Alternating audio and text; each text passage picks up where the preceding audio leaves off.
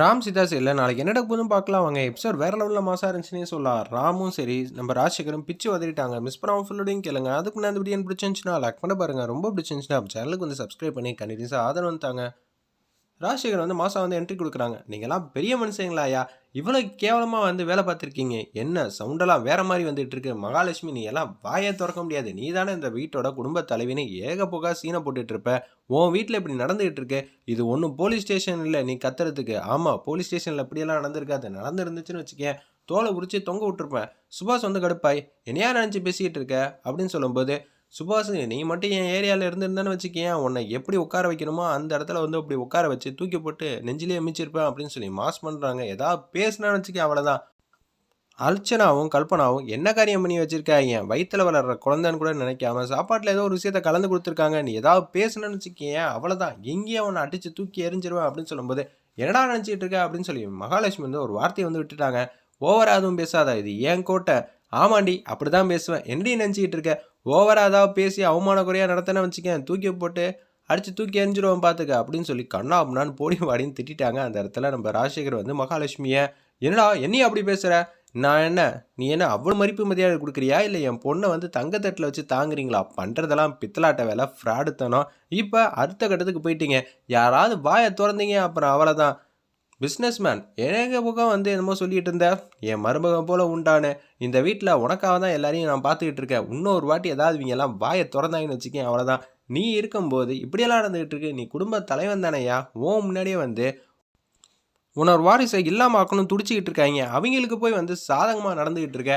சரி வீட்டில் இது மாதிரி தப்பு நடந்துச்சு, இப்போ என்னன்னு சொல்லி கேட்டுக்கிட்டு இருக்க, வெக்கமே இல்லாமல் உன் மேலே மதிப்பு மரியாதை வச்சுருக்கேன்.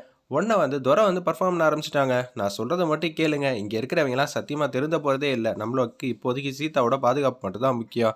நீங்கள் தயவு செஞ்சு சீதாவை இந்த வீட்டை விட்டு கூட்டிகிட்டு போயிடுங்க. அண்ணா தப்பான முடிவு எடுக்காத, அவ்வளோதான் சொல்லுவேன். நாங்கள் தான் பேசிகிட்டு இருக்கோம்ல, தப்பான முடிவு எனக்கு எடுக்க தான் தெரியும், ஆனால் உங்களுக்கு தான் செய்யவே தெரியும்ல. அர்ச்சனாவும் மகாவும் இது மாதிரி கூட்டணி இல்லாமலாம் எந்த விஷயத்தையும் செய்ய மாட்டாங்க. ஆனால் நான் இந்த விஷயத்தில் இருக்கேன்னு தெரியுமா, இந்த விஷயத்தில் இல்லைன்னா வேறு எந்த விஷயத்துலையுமே இல்லையா, நீ உன் கண்ணில் தான் திருட்டு மொழி இருக்கே, நீ எப்படி இருந்தாலும் சிக்க போகிற மகா, தேவையெல்லாம் பேசிக்கிட்டு இருக்காத. துரை இவங்கள்ட்டெல்லாம் பேசி 10 பிசாக்கும் பிரயோஜனம் இல்லை, விட்டு தள்ளுங்க. நான் என் பொண்ணை வந்து இங்கேருந்து கூட்டிகிட்டு போகிறேன் அப்படின்னு சொல்கிறாங்க. என் பொண்ணை நான் இங்கேருந்து கூட்டிகிட்டு போகிறேன், எவனாவது ஏதாவது தடுத்து நிறுத்திங்க அப்புறம் அவ்வளோதான், பெல்ட் எடுத்து உரிச்சு விடுவோம் உரிச்சுங்கிற மாதிரி செமையாக வந்து ராஜசேகர் பர்ஃபார்ம் பண்ணிட்டு மாடி குடுக்குன்னு போகிறாங்க. அச்சோ நம்ம குடும்பத்தை அசிங்கப்படுத்திட்டானே அவமானப்படுத்திட்டானேங்கிற மாதிரி மகாலட்சுமி அந்த இடத்துல யோசிச்சுட்டு இருக்காங்க. இந்த வீட்டோட தலைவியாக இருந்து நான் எல்லா நேரமும் வந்து கரெக்டான முடிவு எடுத்துகிட்டு இருந்தேன், ஆனால் என் வீட்டுக்குள்ளே வந்து இது மாதிரி சவுண்டு போடுறதுக்கு அவனுக்கு யார் ரைட்ஸ் கொடுத்தான்னு சொல்லி மகாலட்சுமி இன்னமும் அவங்க செஞ்சுதான் கரெக்டுங்கிற மாதிரி யோசிக்கும் போது, சீதா இங்கேருந்து கிளம்பு. ஏன்பா பாஸ் வந்தால் ஏதாவது ஆயிட பொறுப்பா, இவங்க ஏதாவது குண்டக்க மண்டக்கையா மாற்றி மாற்றி சொல்லிடுவாங்க, அப்புறம் அவர் மனசு வந்து மாறிடும்ல. பொண்டாட்டிக்கு இவ்வளோ பெரிய வந்து காரியம் வந்து செஞ்சுருக்காங்க, சாப்பாட்டில் வந்து விஷத்தை கலந்து கொடுக்கலான்னு முடிவு பண்ணியிருக்காங்க. அப்படி இருக்கும்போது இன்னமும் உன்னோட பாஸ் வந்து இங்கே இவங்க சொல்கிறது தான் கரெக்டு, சித்தி தான் முக்கியம் அப்பா தான் முக்கியம், நீங்கள் இருந்தா அப்புறம் இங்கே இருந்துட்டு போட்டோம், நீ என் பொண்ணா என் வீட்டில் இருமா.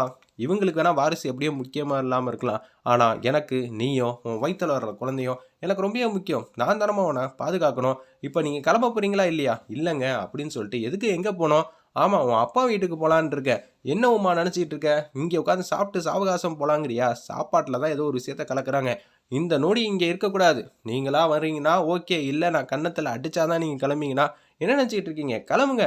ஏம்மா தயவு செஞ்சு கிளம்புமா, என்னை பேச வைக்காதுங்கம்மா, ஆதங்கத்தில் பேசுகிற வார்த்தைம்மா, என்னை மன்னிச்சிரு சீதா, இங்கெல்லாம் இனிமேட்டு ஒரு நொடி இருக்கக்கூடாது. உன் பாஸ் உனக்கு ரொம்ப முக்கியம்னா அங்கே வந்து பார்த்துக்கிட்டோம், இங்கெல்லாம் இருக்கலாம் எனக்கு கூசுதுமா, இந்த வீட்லேயே இருக்கக்கூடாது, உன்னோட பாதுகாப்புக்காக நான் என்ன நேரத்தில் என்ன முடிவு எடுக்கிறேன் எனக்கே தெரிய மாட்டேன்னு ராஜ்கிர் வந்து பட்டையை கிளப்புறாங்க. பெட்டி படிக்கையோடு எடுத்துகிட்டு வீட்டை விட்டு வெளியே போகிறாங்க. தயவு செஞ்சு இந்த ஒரு வாட்டி தப்பு நடந்துருச்சு விட்டுருங்களேன் அப்படின்னு சொல்லி ராஜசேகர் கிட்ட கெஞ்சுறாங்க.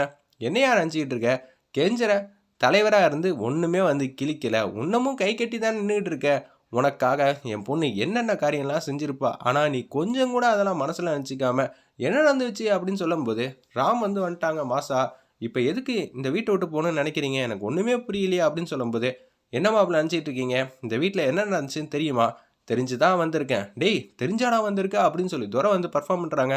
சீதா இந்த வீட்டில் இருந்தா அவள் உசுருக்கே ஆபத்துரா, அப்படி இருக்கும்போது நம்ம எப்படா சீதாவை இந்த வீட்டில் வச்சுக்க முடியும், அதனால தான் நான் தான் வந்து சீதாவை இங்கேருந்து கூட்டிகிட்டு போக சொன்னேன் அப்படின்னு சொல்லி துரை வந்து பர்ஃபார்ம் பண்ணுறாங்க. மாமா நான் கேட்டது உங்களுக்கு புரியுதா இல்லையா, சீதா எதுக்காக இந்த வீட்டை விட்டு போனோம், மாப்பிள்ளை இன்னமும் உங்கள் மகா சித்தி அர்ச்சனா தான் முக்கியம்னீங்கன்னா என்னோட பொண்ணை நீங்கள் மறந்துடுங்க அவ்வளோதான் சொல்ல முடியும். நானும் கிளிபிளிக்கு சொல்கிற மாதிரி சொல்லிட்டு இருக்கேன். சீதா வந்து வருத்தப்பட்டுக்கிட்டு இருக்கான்னு பார்த்தா நீங்கள் ஓவராக தான் பண்ணுறீங்க. மாமா நான் கரெக்டாக தான் பேசுகிறேன். தப்பு பண்ணவங்க தானே வீட்டை விட்டு போகணும். இவங்க எதுக்கு வீட்டை விட்டு போகணும்? ஓ அப்படி வரீங்களா அப்படின்னு சொல்லும்போது, மகா சித்தி நான் வந்து மனுஷனாக நடந்துக்கணும்னு ஆசைப்பட்டுட்டு இருக்கேன். இந்த வீட்டில் நான் இருக்கணுமா இல்லை கல்பனா வீட்டை விட்டு மட்டும் துரத்திட்டீங்க போதுமா சித்தப்பா நீங்களாம் பேசுறதுக்கு கூட தகுதி இல்லை அவ்வளோதான் சொல்லுவேன். அர்ச்சனா இனிமேட்டு இந்த வீட்லேயே இருக்கக்கூடாது அப்படின்னு சொல்கிறாங்க. ஏய் கல்பனா பண்ண தப்புடா, இதுக்கு அர்ச்சனாக்கும் கல்பனாக்கும் எந்த விதத்துலேயும் சம்மந்தமே படுத்த முடியாதுன்னு சொல்லி அந்த இடத்துல வந்து சப்பக்கட்டு கட்டுறாங்க மகாலட்சுமிலேருந்து எல்லாம். சரி எதுக்காக கல்பனா வந்து இது மாதிரி முன்வரதம் இருக்கா எனக்கு அவளுக்கு, எதுக்காக இது மாதிரி பண்ணா? நான் வந்து சொத்து வந்து கொடுக்கல யாருக்கு, அர்ச்சனாக்கு 25%. இப்போ சொத்து வந்து வாரிசு உண்டாகிடுச்சுன்னா கண்டிப்பாக சீதாக்கும் அந்த குழந்தைக்கும் தான் முழு சம்மதங்கிற ஒரே காரணத்துக்காக தான் வாரிசை வந்து இல்லாமல் ஆக்கணும்னு நினச்சிருக்கா. இதுவே கேவலமான செயலாக இல்லை? அர்ச்சனா மரியாதையாக சொல்கிறேன் வீட்டை விட்டு ஓடிடு. இல்லைன்னு வச்சுக்கிய நான் என்ன நடப்பான்னு எனக்கே தெரியாது. போலீஸில் புகார் கொடுத்துருவேன், பார்த்து நடந்துக்கங்க. இந்த வீட்டை விட்டு போகிறீங்களா இல்லை போலீஸில் வந்து புகார் கொடுக்கணுமா? ராம் நீ என்ன சந்தேகப்படுறியா? நீங்கள் இதை விட கேவலமான வேலையெல்லாம் ஏகபோகா பார்த்துருக்கீங்க.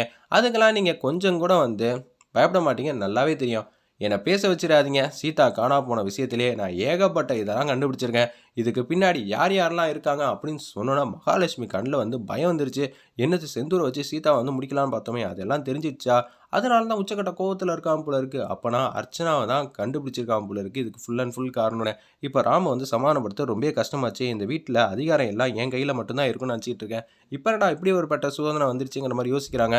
சித்தி மரியாதையாக சொல்கிறேன் இந்த வீட்டை விட்டு போகிறீங்களா இல்லை போலீஸ் ஸ்டேஷனுக்கு போகிறீங்களா அப்படின்னு சொல்லும்போது, இது மட்டும் வேறு ஏதாவது குடும்பத்தில் இருந்திருந்தா நான் வந்து தோலை உரித்து தொங்க விட்டுருப்பேன். ராம் வந்து பர்ஃபார்ம் பண்ணுறாங்க. இப்போ தாண்டா நீ ட்ரைனிங்க்கு வந்து போகிற, ட்ரைனிங் போயிட்டு வாடா 2-3 நாளில் திருப்பி இதே மாதிரி கேவலமாக பண்ணிட்டாங்கன்னா என்ன பண்ணுவேன்? அதனால தானே அர்ச்சனா அந்த வீட்டில் இருக்கவே கூடாது. ஆனால் என்னென்ன பேசுகிற அப்படின்னு சொல்லி ராமோட தங்கச்சிங்களாம் வந்து பேசுகிறாங்க. அந்த இடத்துல ஒன்றா கடுப்பாயிட்டாங்க.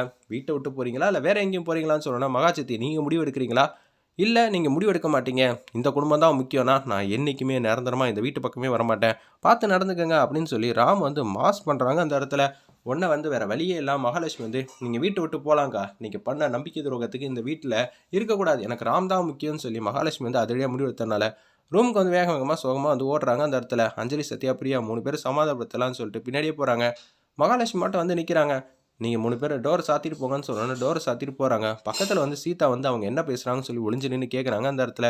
இது வந்து மகாலட்சுமிக்கும் அர்ச்சனாக்கும் தெரியாது. என்ன மகா நடக்குது இந்த வீட்டில், நான் என்னமோ தப்பு பண்ண மாதிரி நடக்குது. அக்கா நீங்கள் சாப்பாட்டில் இந்த மாதிரி விஷயம் அங்கே பண்ணது என்கிட்ட வந்து சொல்லியிருக்கணுமா இல்லையா? நீ மட்டும் தான் மையம் வந்து வச்ச, அது மட்டும் என்கிட்ட சொன்னியா? சொல்லல. அதுக்கு இதுக்கு சரியா போச்சு. நான் என்னமோ எல்லா தப்பு பண்ண மாதிரி சொல்கிறேன். செந்தூரை கூப்பிட்டு வந்தது யார்? நானா? மகா வந்து தப்பு பண்ணியிருக்கா, அதெல்லாம் வெளியே வந்து தெரியக்கூடாதுன்னு சொல்லி பர்ஃபார்ம் பண்ணுறியா அப்படின்னு சொல்லும்போது, இது எல்லாத்தையும் வந்து சீதா வந்து கேட்டுட்டாங்க. சத்தியமாக அவங்கெல்லாம் திருந்தவே கூடாது. ராம் கிட்ட வந்து எல்லாத்தையும்